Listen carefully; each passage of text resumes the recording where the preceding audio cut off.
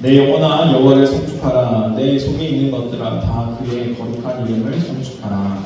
내 영혼아 여호와를 송축하며 그의 모든 은혜를 지키시리라. 그가 내 모든 죄악을 사하시며 내 모든 병을 고치시며 내 생명을 하늘에서 속량하시고 인자와 의로 하늘 쓰시며 지겠습니다. 좋은 것으로 내 소원을 만족하게 하사 내 청춘을 독수리같이 새롭게 하시는도다. 아멘. 저는 기도하겠습니다. 사랑의 하나님, 이 시간 부족한 종이 두려움과 떨림으로 주의 단위에 서서 주의 말씀을 배워나고자 합니다. 부족한 종을 말씀의 도구로 통로로 사용하여 주시고 우리가 나누는 이 말씀이 하나님께서 오늘 우리에게 허락하시는 생명의 말씀이 되어서 우리의 삶의 각 처소가 살아나게 하시고 회복되게 하시고 세움받게 하셔서 하나님의 영광의 역사가 나타나고 증거되게 하여 주시옵소서.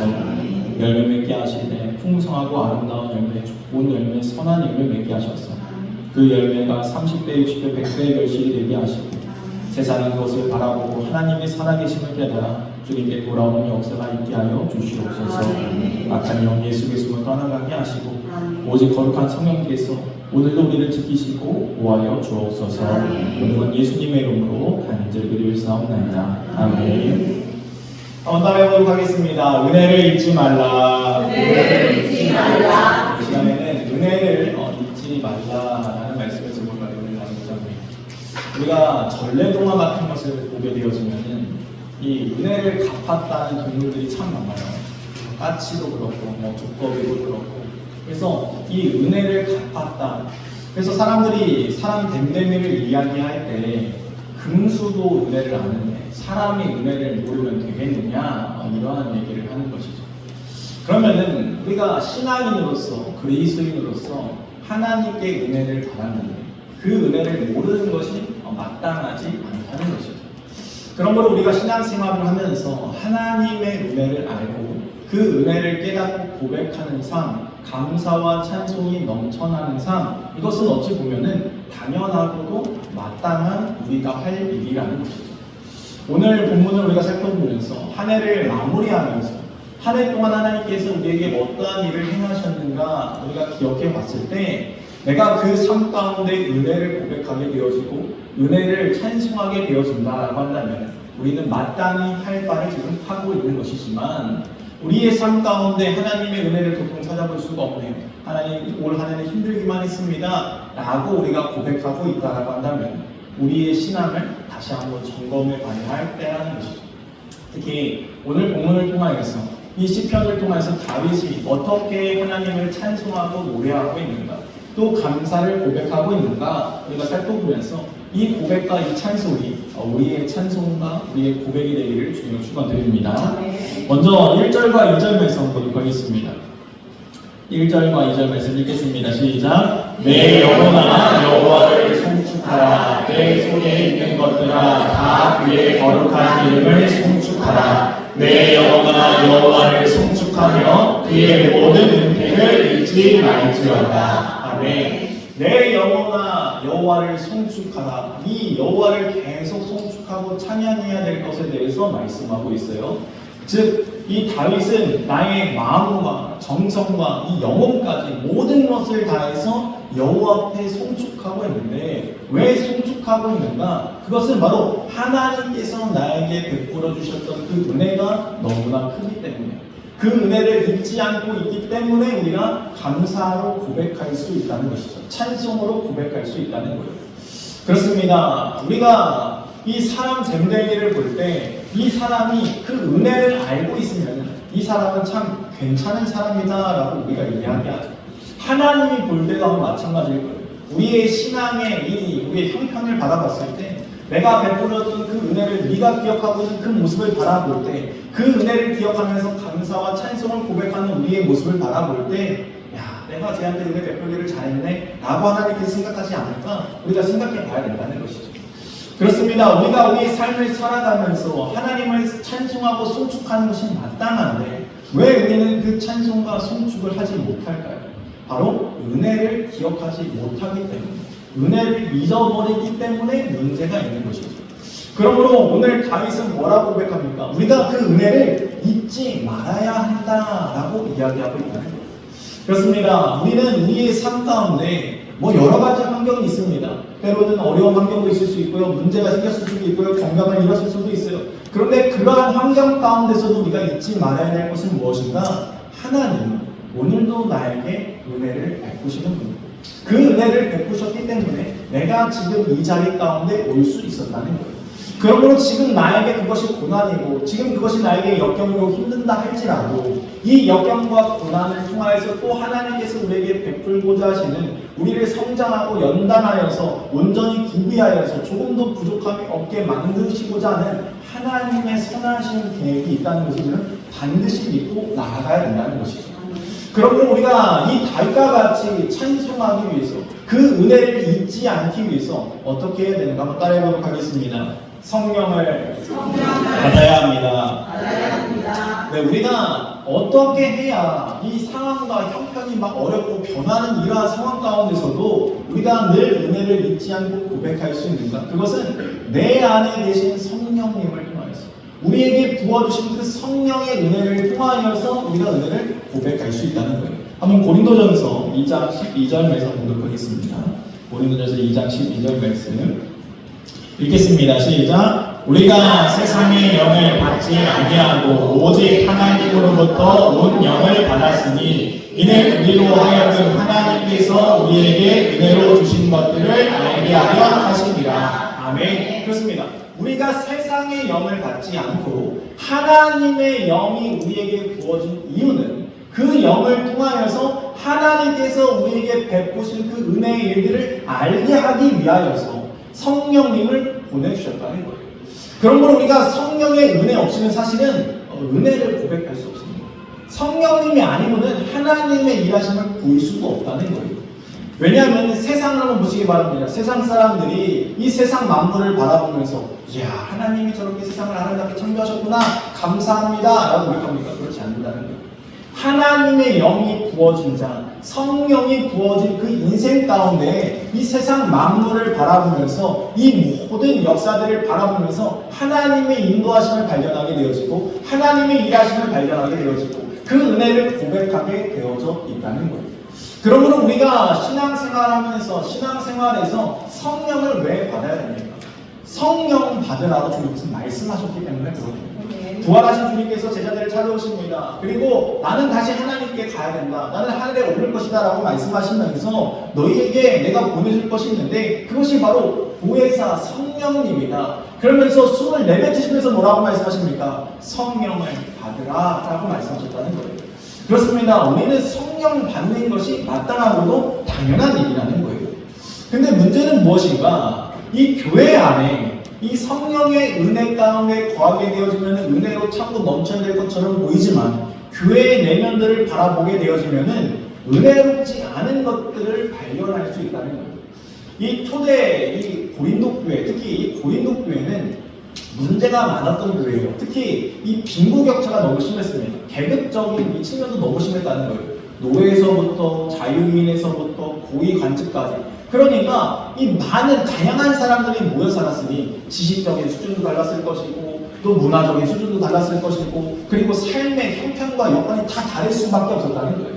그런데 초대교회 예배 형식은 또 어떤 형식입니까? 초대교회 예배 때는 우리는 다 이렇게 목회자가 앞에 나와서 말씀을 전하고 이러한 예배 형식이 있지만 초대교회 때는 이 애찬을 하면서 이 예수님의 삶과 피를 나누면서 그것을 먹으면서 사랑을 나누고 주님의 그 복음을 나누고 서로 교제하는 것이 예배의 형식이었어요. 그러다 보니까 서로 대화할 일들도 많았고 서로 바라볼 일들도 많았다는 거예요. 그러다 보니까 문제가 생기게 되어지는데 그 사람들을 바라보면서 실족하게 되어지는 거예요. 내 마음에 들지 않는 사람들을 발견하게 되어지는 거예요. 그러니까 교회 안에서 은혜가 나와야 되는데 감사와 사랑이 넘쳐나야 되는데 그러지 못하고 불평과 불만이 나오게 되어지고 고린도 교회는 특히 고질적인 문제가 있었는데 그게 무엇인가? 이 당을 나누는 거예요. 그러니까 서로 이 나누어가지고 싸웠다는 거예요. 나는 바울파다, 나는 아볼로파다, 나는 게바파다, 나는 그리스파다. 그러면서 서로 파랑을 나누어서 싸우는 일들이 분쟁들이 교회 안에서 있었다는 것이죠. 그것을 들었던 사도 바울이 얼마나 가슴이 아팠으면 고린도 교회에 편지하면서 대체 내가 너에게 전하는 것은 오직 예수 그리스도밖에 없는데 왜 예수 그리스도가 아닌 것들 때문에 너희가 나눠지고 싸우고 있느냐? 우리가 한 몸인 거 아니냐? 머리 대신 그리스도를 통해서 우리가 한 지체를 이루어야 되는 거 아니냐? 왜 그렇게 열변을 토하면서 그가 편지했습니까? 바로 이 주님께서 세우신 교회는 하나 되는 것에 하나님의 뜻이 있기 때문에 그런 겁니다. 그렇습니다. 우리가 우리의 옆모습을 바라보세요. 좌우 바라보세요. 앞뒤를 바라보세요. 내 마음에 드는 성도님이 얼마나 있겠습니까? 한 사람도 없을 거예요. 그러나 우리가 이렇게 하나님을 예배할 수 있는 이유는 우리가 서로를 바라보고 예배하는 게 아니라 하나님을 바라보고 예배하고 있기 때문입니다. 그렇기 때문에 우리의 상황과 형편이 달라도 우리가 처지가 달라도 우리가 그 사람 안에서 은혜 안에서 성령 안에서 하나 된 줄로 묶여져 있기 때문에 우리가 하나님께 예배할 수 있다는 것이죠. 그러므로 우리의 삶 가운데 반드시 있어야 되는 것은 무엇인가? 신앙생활 가운데 성령님을 통하여서 하나로 묶어져야 된다는 거예요. 그래야 우리의 신앙이 우리의 성숙이 바르게 이루어질 수 있다는 것을 기억해야 된다는 것이죠. 3에서 4절 말씀 보도록 하겠습니다. 3에서 4절 말씀 읽겠습니다. 시작. 그가 내 모든 죄악을 사하시며 내 모든 병을 고치시며 내 생명을 파멸해서 성량하시고 인자와 긍휼로 관을 씌우시며 아멘. 이 내 모든 죄악을 사하여 주셨다. 세상의 영을 받은 사람들이 이 말을 이해할 수 있을까요? 전혀 이해하지 못해요. 아니 예수 믿는다고 죄가 사함받아? 이 말도 안 되는 얘기지. 아니 재판관한테 가가지고 이 재판관이 용서해줘야 법적인 효력이 있어야 사함받는 거 아니야? 근데 무슨 죄를 사함받는다고 얘기해? 이렇게 얘기할 수 있다는 거예요. 또 모든 병을 고친다고? 아니 병을 고치려면 의사를 찾아가야지, 병원을 가야지. 아니 왜 교회 가서 병을 고침받는다라고 왜? 아니 저 사람들 이상한 사람들이네? 이해하지 못한다는 거예요. 근데 또 더 나아가서 생명을 파멸해서 속량하여 주셨다? 아니 우리에게 이미 생명이 있는데 무슨 소리 하고 있는 거야? 내 생명은 어디 파멸된 적이 없는데 나는 이렇게 잘 살아가고 있는데 이게 무슨 소리인가 할 거라는 거예요. 그러니까 이 모든 것들은 결국에는 성령의 은혜로 이해하지 않고는 우리가 이해할 수 없다는 거예요. 여러분 우리가 세상을 살아가면서 세상의 관점으로 바라볼 때와 우리가 하나님께 은혜를 받고 이제는 성령의 사람이 되어서 주님의 은혜로 세상을 바라봤을 때 우리가 변하는 게 있어요. 그것은 무엇인가? 바라보는 시각이 변했고요. 생각하는 그 생각이 변했고요. 우리의 마음만이 달라졌어요. 그러니까 다시 말하자면 우리의 인생이 변화되었다는 거예요. 즉 그리스도인 하나님을 믿는 신앙인이란 무엇인가? 바로 이 성령을 통하여서 변화된 시선과 변화된 생각과 변화된 마음을 가지고 변화된 삶을 살아가는 사람들이 그리스도인이에요. 그래서 성령을 통해서 우리가 이 세상을 보게 되어지면 이해되지 않았던 것들이 이해되는 것들을 발견하게 되죠. 세상 만물을 바라봤을 때 이해되지 않았던 것들이 하나님의 은혜로 이해되게 되어집니다. 아, 예수 그리스도가 왜 정답이고 예수 그리스도를 통해서 왜 제사함을 받는가? 그 십자가와 부활이 무엇인가? 왜 그것이 2000년 전에 있었던 그 사건이 오늘 나와 상관이 있는가? 이것은요 성령의 은혜 아니고는 이해할 수 없다는 거예요. 여러분 2000년 전에 있었던 그분을 우리가 믿는 것 자체가 은혜 아닙니까? 이 놀라운 은혜가 우리에게 주어졌기 때문에 우리가 이렇게 주님 안에서 신앙생활을 할 수 있는 것이죠. 유대인들이 이 예수님의 십자가가 그리고 그 십자가에 예수님이 메시아라는 이 이야기를 들었을 때 유대인들은요 이해할 수가 없었습니다. 왜냐하면 성경을 보게 되어지면 나무에 달린 자는 저주를 받았느니라 라는 말씀이 있어요. 그러니까 나무에 달렸다는 것 자체가 저주의 상징이에요. 근데 그 저주의 상징적인 존재가 메시아라고? 그러니까 그들은 이해가 되지 않는 거예요. 아니 메시아가 구원자가 왔으면 좀 나라를 부강하게 만들고 또 우리의 또 소원도 들어주고 또 이렇게 원하는 것들을 잘 해가지고 나라가 더 성장하고 더 강건해져야 되는데 아니 우리의 죄를 속량하기 위해서 메시아가 왔다고? 그 메시아가 그것 때문에 십자가에 달려 돌아가셨다고? 아 그러니까 이해가 되지 않는 거예요. 여러분 지성으로는 사실은 하나님의 은혜를 우리가 이해할 수 없습니다. 여러분 우리가 믿음이라는 것은요 지성으로 우리의 이성으로 받아들이려면요 한도 끝도 없습니다. 늘 질문 이 물음표만 남는다는 거예요. 대체 저게 어떻게 가능해요? 저게 대체 어떻게 되는 말이지? 그러니까 이해할 수가 없는 거예요. 그러나 우리가 은혜의 안경을 끼고 성령을 통하여서 우리가 바라보게 되어지면은 이해되지 않았던 그러한 말씀들이, 이해되지 않았던 그런 현상들이 이해되는 것을 우리가 경험하게 되어진다는 것입니다. 사도 바울이 이것을 너무나 철저하게 깨닫는 거예요. 그래서 고린도 교회에 가서 이 복음을 전할 때는 그는 무엇보다도 성령을 의지하여서 하나님께서 원하시는 그 주와 복음만을 전합니다. 왜냐면은 이 고린도 교회에 가기 전에 이 아테네라는 곳에 갔어요. 아테네가 뭐가 유명합니까? 철학이 유명한 곳이에요. 그래서 아레오바고라는 곳에 모여가지고 사람들이 이 막 서로 논쟁을 합니다. 헬라 문화가 그렇습니다. 헬라 철학자들이 많은 것을 배웠기 때문에 막 그러면서 그들의 사상과 철학을 막 얘기하면서 논쟁하는데 사도 바울이 그들을 어떻게 전도할까 생각하다가 이름 모를 신에게라는 제단을 발견하게 되어집니다. 그래서 내가 너희가 이름 모른다는 그 신에 대해서 내가 설명해 주겠다 그러면서 이 사도 바울이 꽤 많이 배운 자거든요. 얼마나 똑똑했는지 정말로 그는 똑똑한 사람이었습니다.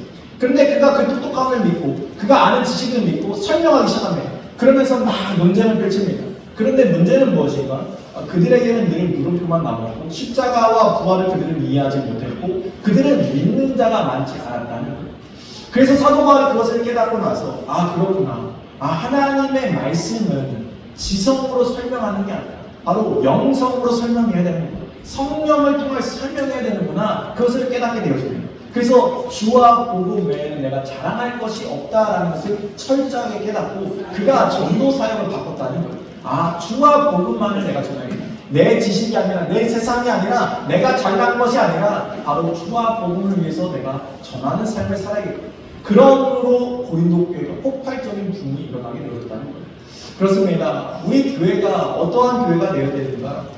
바로 주와 복음으로 성령으로 충만한 교회가 되어서 주님께서 원하시는 그 뜻을 분별할 수 있어야 될 뿐만 아니라 주님께서 우리에게 바라시는 그 모든 것들이 우리가 해석되고 순종할 수 있는 은혜가 우리 가운데 있기를 주님을 축원드립니다. 그래서 주님께서 이 성령을 보내시면서 우리에게 이렇게 말씀하셨어요. 마태복음 7장 21절 말씀 보도록 하겠습니다. 읽겠습니다. 시작.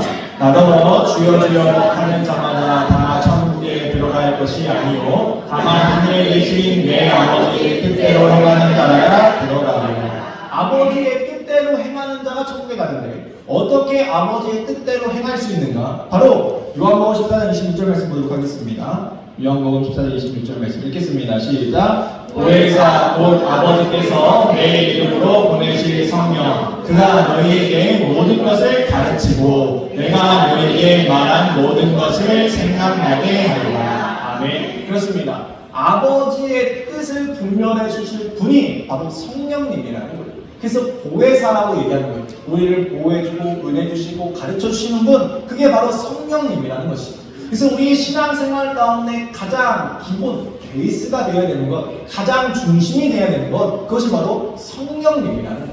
우리가 성령님 하면요, 성령은 뭐 다른 분인가 이렇게 생각하는데 성령님, 하나님, 예수님은 같은 분입니다. 그래서 하늘에 계시기 때문에 우리가 하나님이라고 부르는 거고 예수님이 육신의 모습으로 이 땅에 오셨기 때문에 예수님이라고 부르는 거고 그리고 그 영을 우리 안에 보내시고 우리 안에 거하게 하신 하나님의 영, 거룩한 영, 성령, 그래서 성령님이라고 부르는 거예요. 하여튼 삼위일체이신 분 한 분이신데 그분이 우리 안에 거하셔야 우리가 진정으로 하나님의 뜻과 계획이 무엇인가 우리가 구별할 수 있다는 것입니다. 5절 말씀도 보도록 하겠습니다. 5절 말씀 읽겠습니다. 시작. 좋은 것으로 내 소원을 만족하게 하사 내 청춘을 독수리같이 새롭게 하시는도다.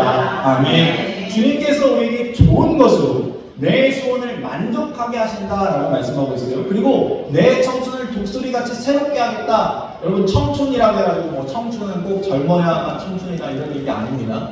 우리가 이제 단어를 찾아보면 청춘이라는 거는요 아직도 그 청춘과 같은 혈기, 들끓는 피, 그 다음에 희망, 소망, 열정을 가지고 있는 청춘이다. 요즘은 그렇게 표현합니다. 그러니까 청춘이 나이에 국한된 것이 아니라는 거예요.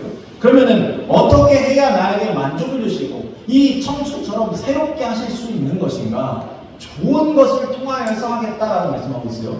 좋은 것으로. 그러면 여기서 말씀하는 좋은 것의 원어를 보게 되면 토부라는 단어를 쓰고 있어요.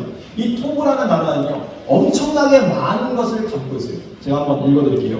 선한, 정직한, 친절한, 공정한, 정당한, 훌륭한, 고급의 상당한, 아름다운, 고운, 즐거운, 유쾌한, 마음에 드는, 향긋한, 유복한, 번영하는, 순조로운, 행복한, 구별된, 뛰어난, 위대한, 훌륭한, 즐거운, 재미있는 등등 너무나 많은 이 단어가 포함되어 있거든요. 그러니까 이 토부 안에, 좋은이라는 단어 안에 이렇게 많은 것들을 포함하고 있는데 대체 이 많은 것들을 포함하고 있는 대체 그 좋은 것이 무엇인가? 마태복음 7장 11절 말씀 보도록 하겠습니다. 마태복음 7장 11절 말씀 읽겠습니다. 시작. 너희가 악한 자라도 좋은 것으로 자식에게 줄 줄 알거든 하물며 하늘에 계신 너희 아버지께서 구하는 자에게 좋은 것으로 주시지 않겠느냐.